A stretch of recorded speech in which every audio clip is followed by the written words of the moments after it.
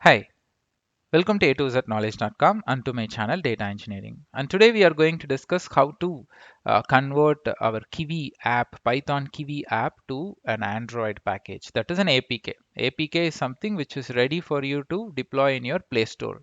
So then your app is ready in your Play Store. So here I'm going to explain you as a process like how to set up the Kiwi and then how to build an app and then how to convert that as an APK file, which is an Android packaging file.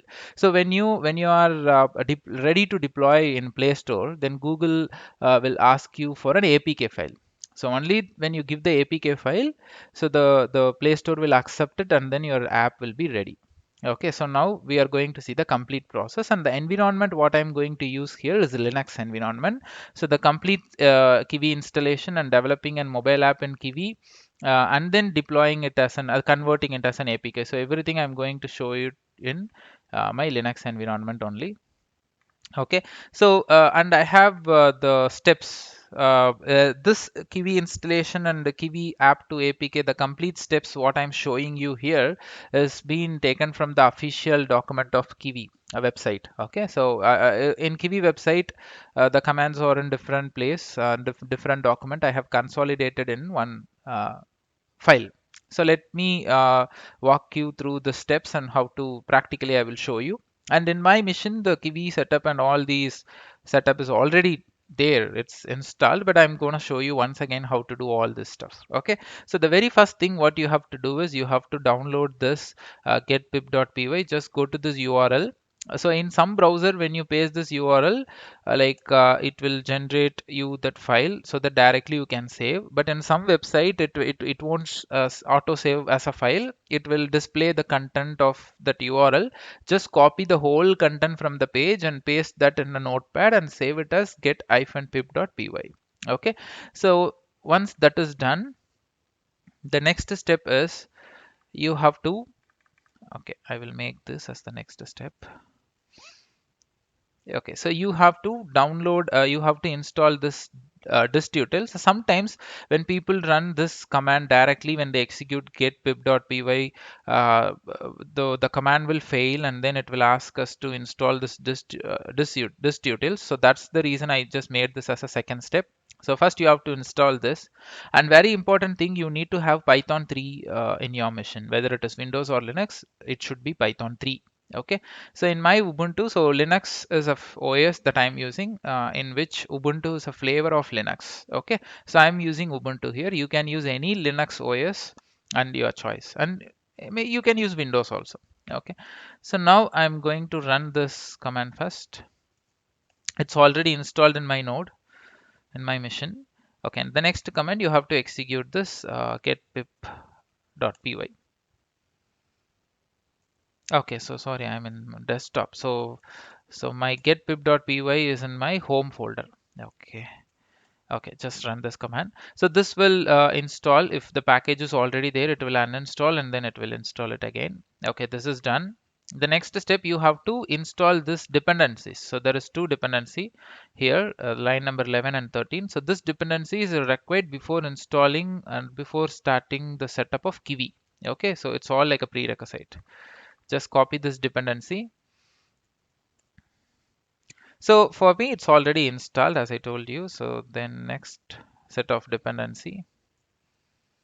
So I have shared all the steps in my web page, and then I have shared that link in the description box of the video. You can refer it. Okay.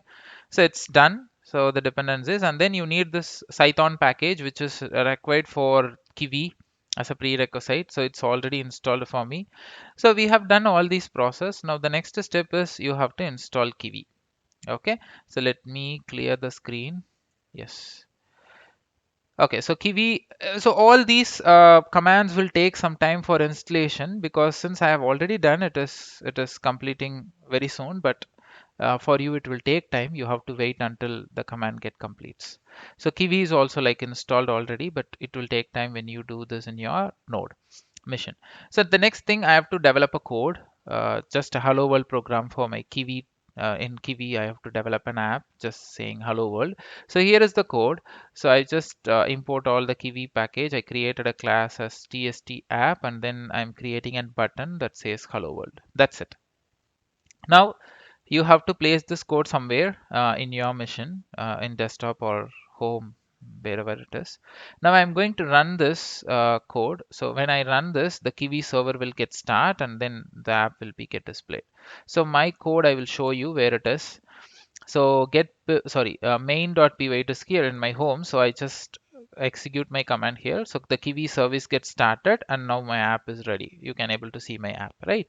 So now the next step is I want to convert this app as a APK file. So APK is Android package. So I have to convert this to an APK file. Now I'll just close this, clear my screen. So we did two process. We done with the installation of Kiwi setup in Linux, and then we did an app. We developed an app, Hello World app in Kiwi, and then we got the output. Now the last step is to convert it to an APK file.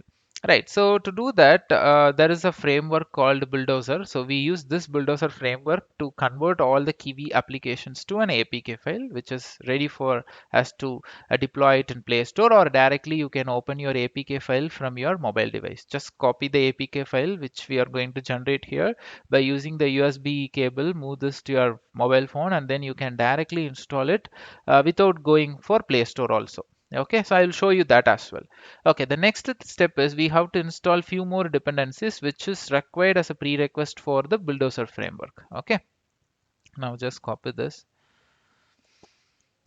Okay, so this is done. Now the next step.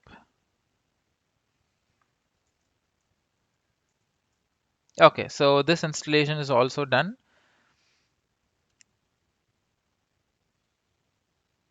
Okay, it's done for me. Now export path, which is required very much, it's very much important. It's similar to, it's like an environmental setting. Actually, like how we do for in Windows, we used to set our Python path, Java path, right? In my computer properties advanced settings, we used to set the environmental path and variable. So similar to that in Linux to set, we use this export command to set the path. So I'm just going to set this directly in the terminal, and that means this particular path will be available till the terminal opens. So once I close the terminal and the path is gone. So to add this path permanently, there is a file in Linux called bashrc where you can add it for permanent. But just for this video, I'm not going that much deeper. I'm just going to set it on the fly. So this will be the path will be present till I close my terminal. Okay, now I clear my screen. Now it's like you have to set up this bulldozer. So the bulldozer source code is available in this git link. So what I'm going to do is I'm going to change my directory to desktop, because in home I have already done with all the bulldozer setup. So just wanted to show you from my desktop. Okay, so now this git clone will clone the bulldozer code to your desktop. I'm just cloning it, means you're just downloading the bulldozer source code from the GitHub. Okay, now you can see the bulldozer folder got created. Now change your directory to bulldozer, and the next step is you have to run this commands setup.py install. You have to install this. So the setup.py, you can see it is there inside the bulldozer folder, which will do the installation setup of bulldozer in your machine. Okay, so now just run this command. Okay, so it's done. Now bulldozer setup is done. Now I'm just clear my screen. Now next step is you have to run this bulldozer init, which will initialize, and very important, you have to run this bulldozer init in the directory where your actual Kiwi application present, the code which we developed, right? Python.py, sorry, main.py. So you have to run this bulldozer init from the directory where this main.py gets saved. Okay, so if you see here, I have a copy of, I will come out from the bulldozer directory. If you see in my desktop, I have this main.py. Okay, so from here I have to run this bulldozer.init. Go back, I'm just copy this command. Okay. So you should not run it somewhere. You have to run always in the place where your Kiwi application present, the code. So when you click enter, it will create an bulldozer spec file for your code. Now if I give ls-lstr, which is list directory. Okay, you can see the bulldozer spec got created. If you open the file, the spec is nothing but the specification of the our code main.py. So based on the spec only, bulldozer will create an apk file for our code. Okay, now back. So the last command to generate a apk file is bulldozer android debug. So this command will take approximately 5 minutes, 3 to 5 minutes. So you have to wait till this command get completes the process. So when you run this command, it will create a directory bin. Okay, so you can, okay, I will just trigger this first. So if you see here in my desktop, when I give lstr, there is no bin directory, right? When after I click this, so the bulldozer, the APK generation gets started. Now I'll show you my desktop here. See, the bin directory got created.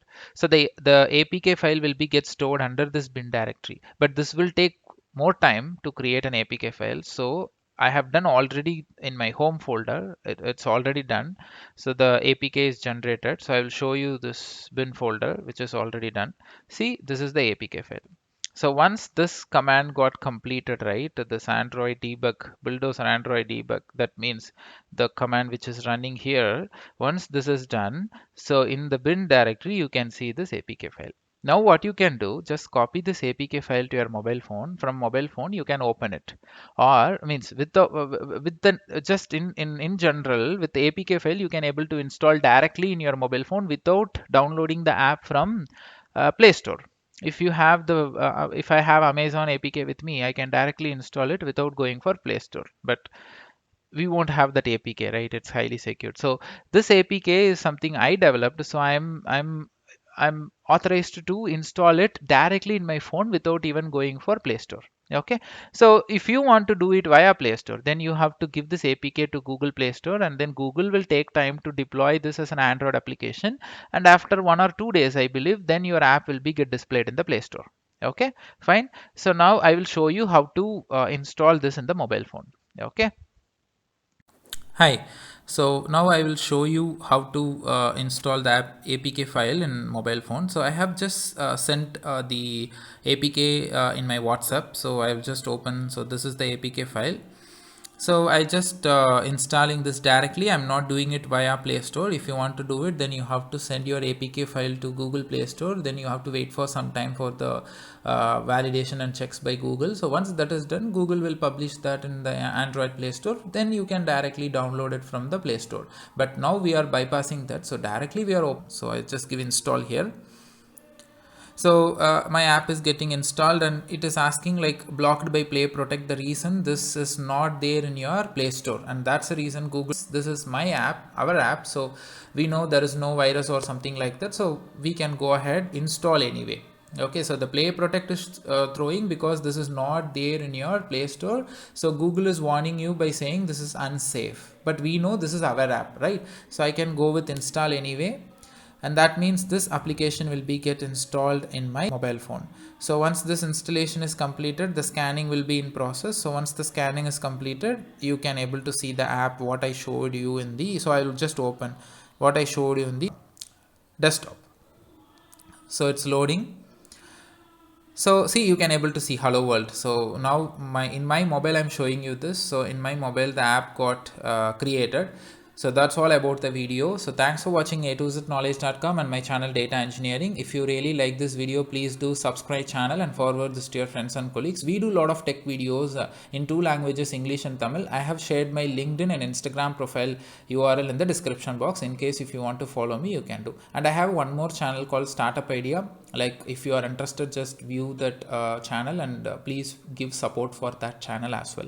Thanks for watching Data Engineering and A2Z